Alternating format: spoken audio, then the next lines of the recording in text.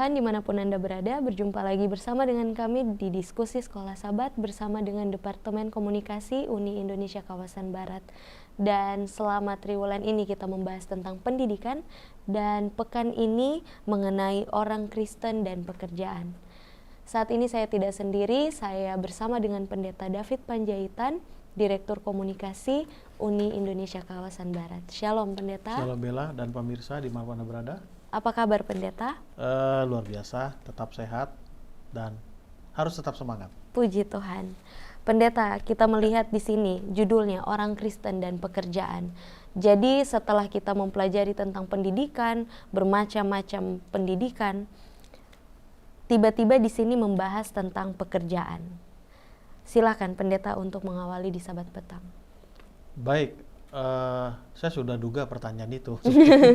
Di mana istilah kerennya korelasinya lah ya, di mana hubungannya antara pendidikan dengan pekerjaan.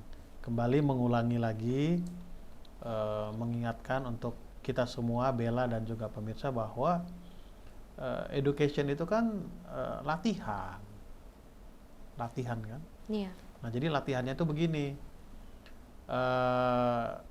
Pelajaran alur cerita pelajaran Sekolah Sabat kita adalah pada waktu Allah selesai menciptakan alam semesta ini, di hari terakhir, hari Jumat, Allah menciptakan manusia kan, suami dan istri, Adam dan Hawa, termasuk juga pernikahan, dan juga pekerjaan daripada Adam dan Hawa. Apa pekerjaannya? Itulah merawat, menjaga taman itu, kan begitu. Nah, setelah jatuh ke dalam dosa, apa yang terjadi? Allah juga memberitahukan kepada Adam dan Hawa bahwa mereka harus tetap bekerja. Tetapi bedanya adalah sebelum mereka jatuh ke dalam dosa, pekerjaan Adam dan Hawa itu dijamin akan menghasilkan hasil yang baik. Kenapa? Karena hubungan antara Allah dan manusia masih baik. Jadi ilustrasi sederhananya adalah sama seperti aliran air. Kalau aliran air itu dari pusat ke rumah kita tidak ada penghalang selama di jalan, tentu kan airnya keluar akan bagus. Betul. Tetapi pada waktu di jalan ada yang menghalangi, ada yang menyumbat,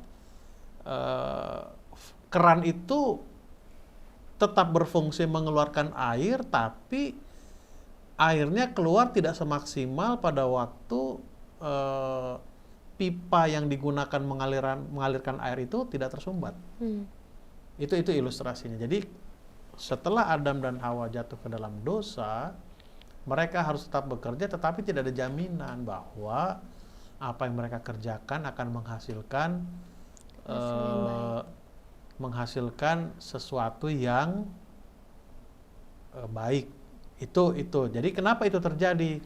Nah, saya boleh gambarkan begini. Contoh. Saya tidak tahu Bella apakah sering exercise, sering olahraga, lalu olahraganya apa, saya kurang tahu. Nah, biasanya contoh seperti saya dulu naik sepeda kan. Naik sepeda dulu waktu kuliah SMA, jogging. Nah, setelah sekarang di Uni sering traveling, untuk lakukan itu lagi susah. Tetapi ada anjuran harus stretching. Lagi traveling, entah itu pas di pesawat, entah itu pas di penginapan, stretching. Kenapa? Supaya otot-otot badan kita tetap terbiasa lentur. Ya, tetap terbiasa lentur. Sehingga pada waktu kembali ke Jakarta, ke rumah, untuk melakukan aktivitas olahraga seperti sebelumnya, itu tidak kaget badan kita. Nah, prinsip yang sama juga yang terjadi kepada siapa? Manusia yang berdosa sekarang. Karena sebelum berdosa manusia bekerja, setelah berdosa manusia harus tetap bekerja. Kenapa harus tetap dilatih? Karena nanti pada waktu kita masuk ke sorga dan kembali ke dunia yang baru ini, ke dunia ini kita nanti setelah kan diperbaharui dunia kita ini, kita akan tetap kerja.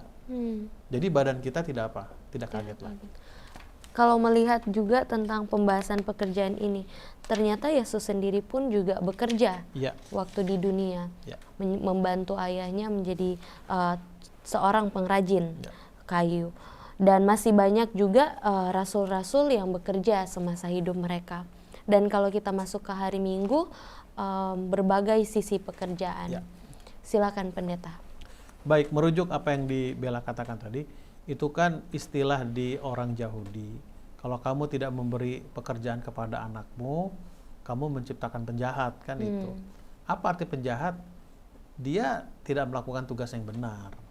Ya, karena salah satu pendidikan yang perlu diajarkan kepada anak dari sejak dini adalah penurutan. Ya, boleh baca buku pendidikan Advent itu, bahwa dalam rumah tangga Advent juga hal pertama yang perlu diajarkan kepada seorang anak adalah apa? Penurutan. Itu ini. Oke. Kembali ke masalah pekerjaan hari Minggu. Ini berbagai sudut pandang tentang orang bekerja ya. Bisa sebagai prestis, bisa sebagai penyambung hidup dan sebagainya. Itu pengertian orang tentang apa? Tentang pekerjaan. Nah, banyak orang yang tidak bekerja itu merasa dirinya mati, tidak dihargai dan lain sebagainya. Jadi sederhana saja sebetulnya bahwa Tuhan memberikan pekerjaan kepada manusia untuk mengangkat harkat dan martabat manusia itu. Ya, harkat dan martabat manusia itu. Saya mau ceritakan satu pengalaman. Saya tidak perlu sebutkan di mana. Ada teman saya, dia kerjanya security, belum menikah. Lalu dia kenalan dengan seorang wanita, kebetulan wanita ini janda, punya banyak perusahaan wanita ini. Kami sering cerita-cerita, lalu saya katakan begini, Pak, pesan saya adalah, kalau Bapak setuju, kalau Bapak sekali waktu menikah nanti dengan wanita itu, pastikan bahwa wanita itu tidak berkecil hati bahwa Bapak kerjanya hanya seorang security. Saya bilang, oh kenapa begitu Pak? Karena kita laki-laki itu akan dihargai kalau kita punya pekerjaan. Dan kita merasa berharga kalau kita punya pekerjaan tetap. Apapun pekerjaannya itu. Lalu kita pun akan merasa percaya dirinya, self esteemnya cukup kalau kita bisa memberikan sesuatu kepada pasangan kita dari hasil kerja kita. Bukan masalah nominalnya, saya bilang. Oh gitu Pak, ya katanya. Ah iya, saya bilang. Akhir cerita saya dengar mereka sudah menikah dan dia tetap kerja sebagai security. Walaupun istrinya, ya sekarang perempuan itu yang sekarang jadi istrinya, uangnya banyak. Dibeliin mobilnya, dibeliin apartemennya, karena dia pengusaha kan, walaupun bukan di Jakarta ini mereka usahanya itu ada. Lalu saya dengar cerita dari teman saya ini yang kerja security, oh iya Pak, saya kirim uang sama anak saya karena kan janda kan, bawa anak dari sana. Oh, kirim uang apa? Saya bilang, oh ya saya ada beli di sini sesuatu, saya kirim sama anak saya yang tinggal di sana kayak. Gimana perasaan Bapak? Ya bangga lah. Jadi kembali, banyak aspek-aspek kenapa Tuhan memberikan pekerjaan. Itu tuh poin yang sangat penting sekali. Jadi satu kebanggaan kalau kita punya pekerjaan, apapun pekerjaannya itu, dan perlu kita ingat dan perlu kita yakinkan bahwa apapun pekerjaan yang kita geluti sekarang itu adalah pemberian Tuhan. Untuk apa? Kita berlatih karena sekali waktu kita akan masuk kepada dunia yang tanpa dosa, kita akan tetap kerja. Nanti lanjutannya ada pelajaran untuk besoknya ya. Jadi itu sebenarnya tujuannya. Iya. Dan memang seperti di ayat Alkitab juga ada yang menuliskan hai pemalas. Iya. Jadi tujuan juga dari pekerjaan ini supaya umat manusia tetap bekerja, tetap berusaha sembari kita menunggu kedatangan Tuhan yang kedua kali. Dan di sini juga saya tertarik di bagian akhir dari Sekolah Sahabat Hari Minggu dituliskan, bagian dari tugas seorang guru adalah membantu siswa menemukan pekerjaan yang merupakan titik temu antara minat dan bakat yang diberikan Tuhan pada mereka dengan kebutuhan dunia ini. Tadi pendeta sudah menjelaskan bahwa pendidikan itu adalah proses pelatihan. Jadi guru melatih siswanya untuk menemukan bakat yang Tuhan berikan untuk kehidupan di masa datang. Menambahkan Bella Ya, dari itu, silakan pendeta. seperti yang kita sama-sama sudah pelajari dan kita yakini bahwa guru pertama bagi anak-anak itu adalah orang tuanya. Betul. Ini sharing pengalaman saja, mudah-mudahan bermanfaat. Jadi waktu anak kami kelas 2 SMA, kami berdua di rumah, saya dengan istri beda pendapat. Anak mau kuliah di mana dan jurusan apa. Tentu saya punya angan-angan tersendiri kan, dia mau jadi apa dan kuliah di mana. Tapi daripada polemiknya perbedaan pendapatnya semakin meruncing, lalu saya katakan begini, oke, kita pergi ke psikolog, tes bakat. Apapun nanti hasilnya di sana, kita nggak usah komentari. Jadi kami pergi tes, dan memang hasil tesnya tertinggi itu adalah dia sangat minat di IT dan di jaringan. Udah lihat, itu minatnya. Nah, kuliah di mananya itu lain cerita lah. Lalu dia sekarang kuliah, terus terang saya lah khususnya sebagai orang tua, nggak capek nyuruh dia belajar. Karena memang itu minat. Malah kita yang khawatir melihat cara dia belajar gitu. Kok terus gitu. Dia nikmati betul. Jadi kembali seperti kutipan yang tadi, bahwa seorang guru membantu siswanya untuk menemukan apa sih bakatnya dia, dan itu juga salah satu manfaat kenapa anak-anak di rumah harus diberikan pekerjaan. Baik, terima kasih pendeta sharingnya.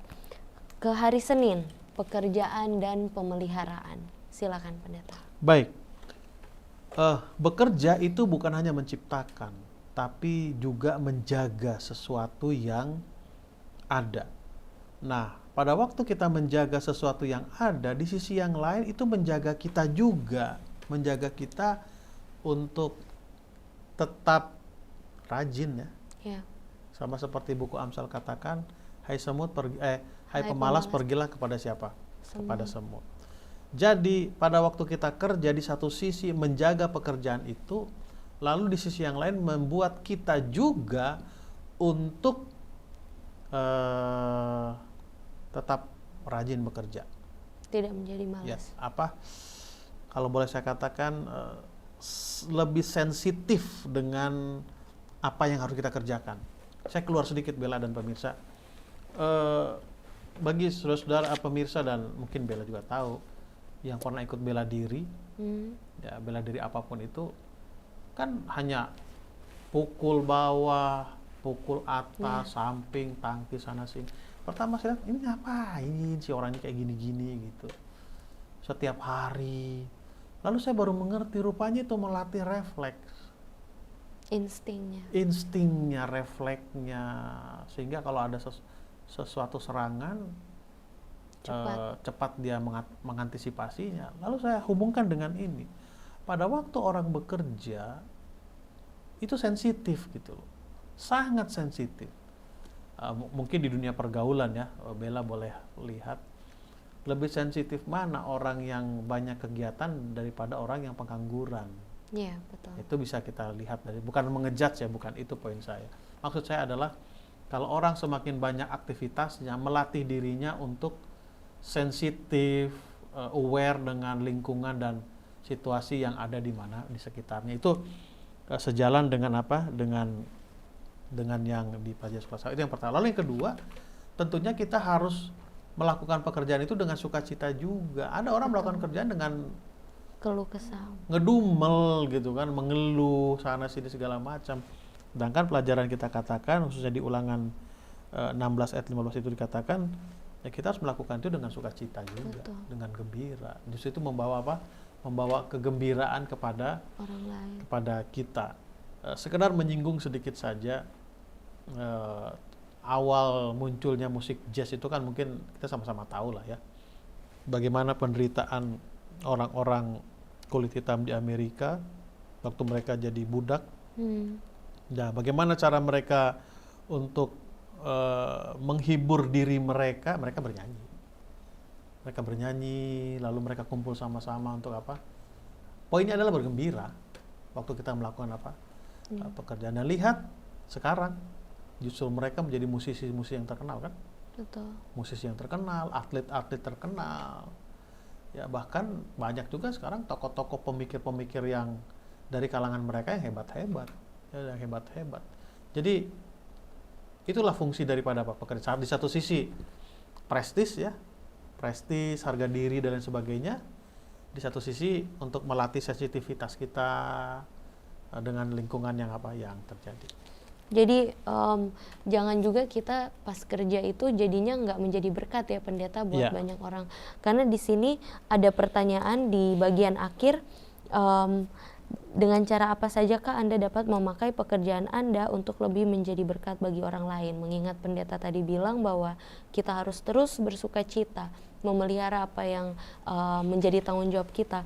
Ternyata di situ juga poinnya adalah menjadi berkat untuk orang lain.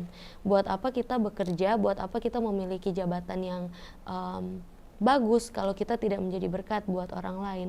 Bahkan pemulung saja di saat dia bersuka cita dia bisa menjadi berkat bagi orang lain dengan senyumannya. Jadi memang ternyata di sini ujung-ujungnya kembali lagi bagaimana kita menjadi terang, itu intinya, memancarkan karakter Allah. Oke, tambahan Bella, saya tidak tahu apakah yang mau saya sampaikan ini sensitif atau tidak, tapi Bella perlu tahu ini. Kenapa saya bilang Bella, bukan Bella ya, maksudnya semua para wanita. Pernah saya diberikan satu pesan sama orang tua, bukan orang tua saya, orang tua. Dia bilang begini, kalau kamu mau tahu bahwa perempuan itu biasa kerja di rumah atau tidak, waktu dia datang bertamu ke rumah, coba letakkan sapu itu jatuh di bawah. Apakah diangkat atau tidak? Ini rahasia Bella sebetulnya, tapi poin saya bukan masalah sapunya. Kepekaannya Itu yang kita bicarakan tadi kan. Betul. Dan banyak saya lihat, apalagi saya pendeta, saya lakukan itu dan terbukti gitu. Jadi waktu lihat dia hanya nyelonong gitu aja, ngelangkahin gitu. Itu petuah orang-orang tua ya zaman dulu. Dan saya yakin dengan itu masih benar sampai sekarang. Jadi bisa kelihatan ke orang yang mana biasa kerja, mana yang tidak dari sensitivitasnya dia. Baik, pendeta, kita pindah ke hari Selasa, pekerjaan dan kesempurnaan. Jadi kita diminta untuk memelihara dan sekarang ada kesempurnaan. Silakan pendeta. Banyak orang yang bekerja asal-asalan, serampangan. Jadi kalau orang yang bekerja serampangan, asal-asalan, itu kan akan kelihatan dari mana dia asalnya. Oke, saya berikan satu contoh. Satu ketika saya ganti aki mobil, lalu datang teknisi, lalu ngobrol-ngobrol, lalu dia bilang begini, Pak, sebelumnya saya tanya, Mas boleh nggak servis mobil yang di sebelah ini, mobil tua? Bisa nggak? Saya bilang, bisa Pak, bisa. Kamu yang pegang? Saya bilang, enggak Pak. Kenapa? Kok enggak? Oh iya, saya dulu sebelum kerja di perusahaan ini, saya kerja di satu bengkel merek mobil, sebetulnya satu merek mobil Eropa. Saya tahu itu. Loh ini kan Eropa juga, saya bilang. Inggris punya. Iya Pak, yang saya kan Jerman, ini Inggris. Jadi waktu dia kerja, kita lihat dia sangat sistematis sekali gitu. Nggak ribet, nggak pusing. Jadi kerja enak, selesai. Maksud saya adalah, pada waktu kita melihat seseorang itu bekerja rapi, sempurna, kita langsung tahu bahwa dia itu asalnya dari mana. Nah, sama dengan pelajaran Sekolah Sahabat hari Selasa ini. kita sebagai orang Kristen bekerja harus dengan sungguh-sungguh. Kenapa? Karena kita datang dari tangan pencipta yang bekerja secara sungguh-sungguh. Lalu kita juga diberikan pekerjaan oleh satu oknum yang menciptakan sesuatu itu ya sangat sempurna. Sempurna dalam arti tidak harus perfect ya. Sempurna dalam arti sungguh-sungguh gitu. Karena jadi orang perfeksionis sakit juga ya. Iya. Karena semua orang serba salah gitu loh. Ya, mungkin saya termasuk salah satu orang yang perfeksionis, tapi saya coba hindari itu. Kenapa? Karena semua serba salah. Yang benar itu adalah apa? Diri kita juga, diri kita. Lalu kita capek juga untuk mencapai apa? Kesempurnaan. Iya. Jadi poin saya adalah di pelajaran hari Selasa ini kita bekerja sempurna dalam arti sungguh-sungguh seperti di alinea 1, 2, 3 bagian yang 1, 2, 3 di baris ketiga Bella. Keinginan untuk menghasilkan sebuah mahakarya, bahan-bahannya berkualitas tinggi, desainnya sempurna, karya itu harus luar biasa, pekabarannya jelas. Dengan Tuhan, pekerjaan yang ceroboh tidak dapat diterima. Seperti saya katakan tadi bahwa kalau kerjanya serampangan, asal-asalan, ya Tuhan nggak terima pekerjaan itu. Maksudnya Tuhan tidak menerima hasil kerja seperti itu, dan Tuhan juga tidak menerima orang yang bekerja dengan cara seperti itu. Jadi kalau kita melihat Tuhan ini sangat detail ya pendeta. Bagaimana Tuhan mau, oke, kalian dididik dulu, kalian ditempa, kalian tahu minat kalian apa, setelah itu diberikan pekerjaan, tapi juga harus bertanggung jawab dengan pekerjaan yang ada. Dan banyak sekarang ya sudahlah kerja, makan gaji buta. Yang setiap bekerja mengeluh, tapi di saat tidak ada pekerjaan mengeluh juga. Kapan dapat kerjanya? Tapi setelah mendapatkan pekerjaan ada aja sisi kekurangan yang selalu dikomplain. Dan di sini ternyata Tuhan mau apapun yang kita dapatkan kita embani sungguh-sungguh, dan disitulah Tuhan juga mau melihat bahwa kita telaten dengan pekerjaan kita dan sempurna seperti pendeta bilang, sungguh-sungguh. Ternyata luar biasa, Tuhan juga tidak melepas manusia begitu saja di dunia. Ternyata sebenarnya Tuhan juga sudah memberikan sarana-sarana untuk memenuhi kebutuhan kita. Tapi kadang ternyata pilihan yang kita ambil itu seakan-akan Tuhan membiarkan kita. Tapi kalau belajar dari sekolah Sabat, ternyata Tuhan tidak membiarkan kita. Dia sudah memberikan kita begitu banyak sarana, bahkan dari rumah sendiri, pendeta bilang keluarga yang mendidik. Seharusnya ternyata seperti itu. Dan kita masuk di hari Rabu, pekerjaan dan kerohanian. Ya, sebelum ke hari Rabu, Bella, saya mau tambahkan sedikit lagi. Baik. Memang di pelajaran sekolah Sabat kita hari Selasa diambil contoh bagaimana Tuhan memerintahkan Musa untuk membangun kemah suci itu. Sangat detail sekali. Betul. Ya, pemirsa boleh baca mulai dari Keluaran pasal 25 sampai 30 itu detail sekali. Ukurannya, bahannya, dan apa sebagainya. Itu menunjukkan bahwa Allah itu adalah Allah yang teliti, telaten, dan sebagainya. Nah, yang menarik buat saya bukan itunya. Yang menarik buat saya adalah bahwa Allah memilih dua orang untuk mengerjakan itu, dan Allah menyanggupkan mereka. Itu yang menarik. Pekabaran apa yang mau saya sampaikan di sini? Pekabarannya adalah satu, Tuhan itu kasih pekerjaan sama kita. Kedua, pada waktu kita menerima pekerjaan dari Tuhan, kita akan disanggupkan. Khususnya kami para pendeta lah ya. Ayo pindah ke sana. Aduh, nggak bisa di kampung-kampung, atau nggak bisa di kota, macam lah. Lupa pelajaran ini gitu loh. Bahwa Tuhan juga yang menyanggupkan dua orang asistennya Musa itu untuk membangun apa? Membangun Ka'bah. Nah, poin ketiga yang perlu kita cermati dari pelajaran hari Selasa adalah mereka mau menerima itu. Tuhan beri, itu akan bekerja kalau kita terima kan? Betul. Kalau kita nggak terima itu nggak akan bisa bekerja dengan baik. Oke, di hari Rabu. Nah, pada waktu kita bekerja, ya kita bilanglah bekerja di perusahaan luar lah ya. Luar itu bukan di gereja kita. Apa sih yang orang lihat tentang kita? Apa sih yang orang lihat kan? Ini berbagi pengalaman saja, Bella dan juga pemirsa, bukan membangga-banggakan, tidak. Saya selalu katakan kepada anak saya, Jer, kalau kamu kerja nanti, jangan pernah andalkan kemampuanmu dalam pengetahuan. Saya bilang begitu. Dia bilang, loh kenapa, Di? Loh banyak orang sana lebih pintar dari kamu. Terus apa yang mau saya andalkan? Kamu harus andalkan kejujuranmu.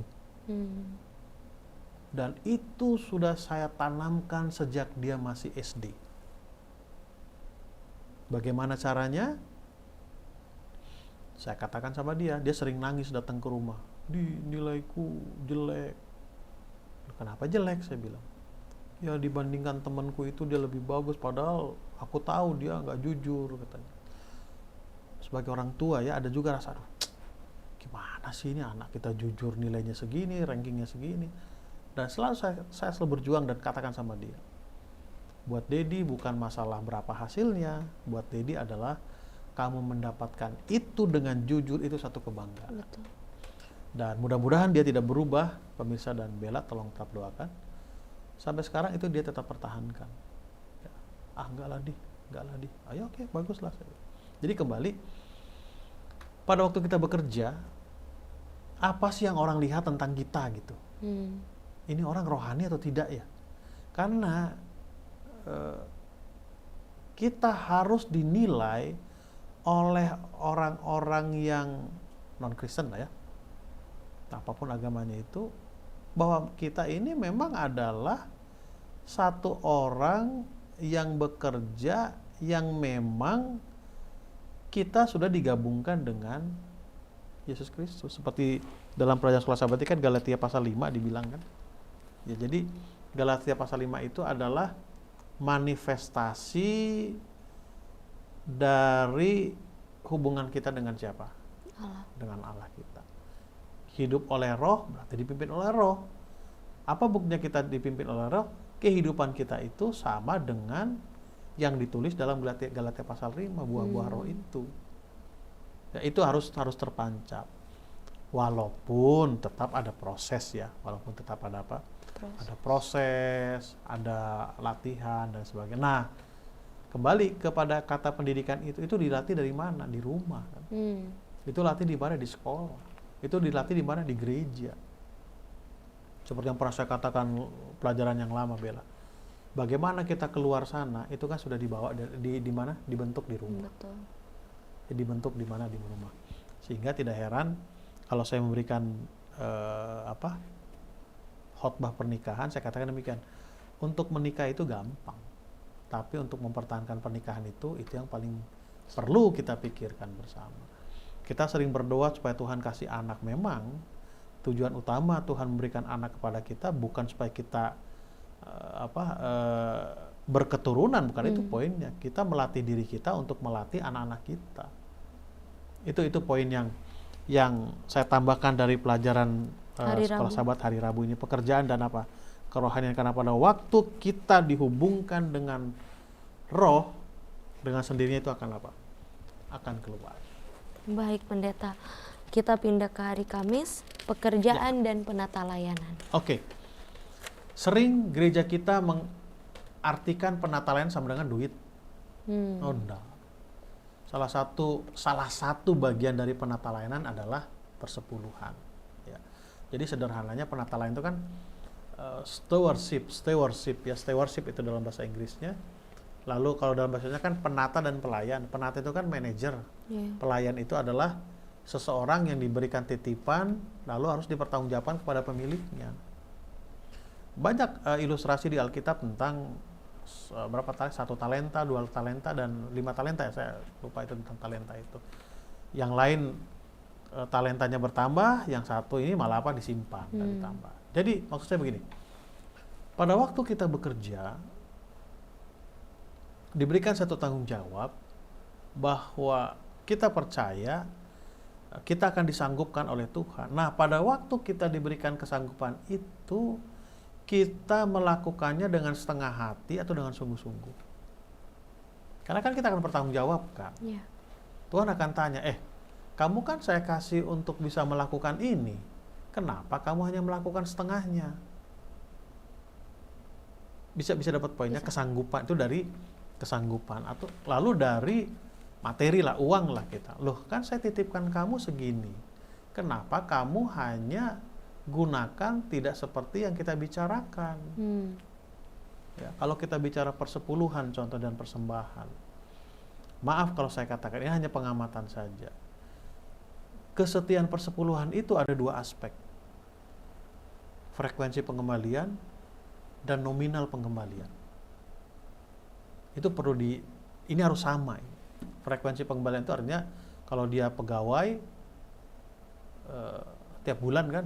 Iya. Tiap bulan. Kalau dia pedagang, terserah komitmennya per hari, per minggu, atau per bulan mengembalikannya. Bisnis juga begitu kan. Nah, sekarang yang perlu kita cermati dan perlu kita yakinkan bersama nominalnya. Apakah benar 10%? Karena yang saya lihat, saya amati, banyak orang menggenap-genapkan. Kan gaji kita kan nggak bulat kan? Ada koma-komanya. Nah, waktu kita mengembalikan persepuluhan, kita genapkan atau kita ikuti koma-komanya itu. Kalau kita berfokus kepada 1/10, ya koma-komanya harus dihitung. Nah, sering kita berdalih kan? Kan nggak ada pecahan segitu. Ya benar, kita tahu. Tulis di situ sesuai dengan penghasilan kita. Tapi tidak ada nominal seperti itu. Buatlah itu menjadi persembahan, ucapan syukur kah atau apa dan sebagainya. Ada solusinya. Yeah. Itu yang pertama. Lalu masalah materi juga, ya persembahan. Ya. Kalau saya melihat, ya, persembahan itu kan ucapan terima kasih. Yeah. Contoh, kalau Bella punya hutang sama saya contohnya, bukan hutang lah ya, saya pinjamkan uang saya sama Bella.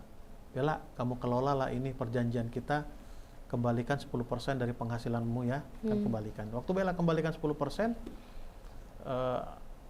Bella bukan orang baik.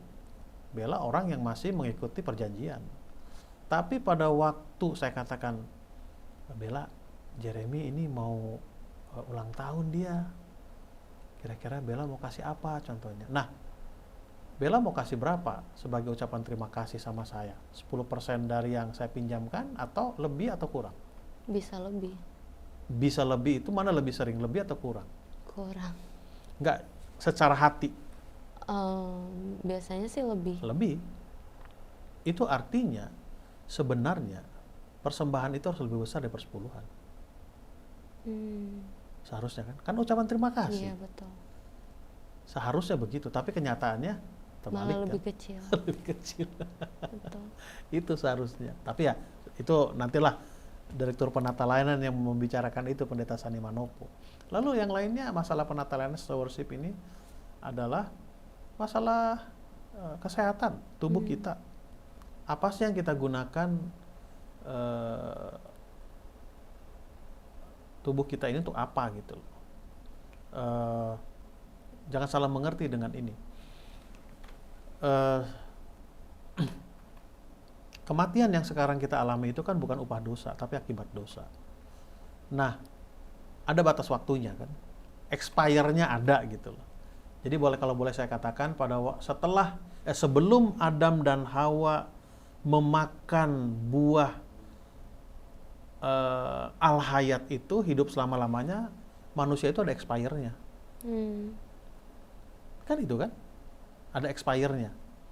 Nah, expire ini kan akan habis, masa guna ya, masa pakai ini kan akan habis tergantung bagaimana orang memakainya.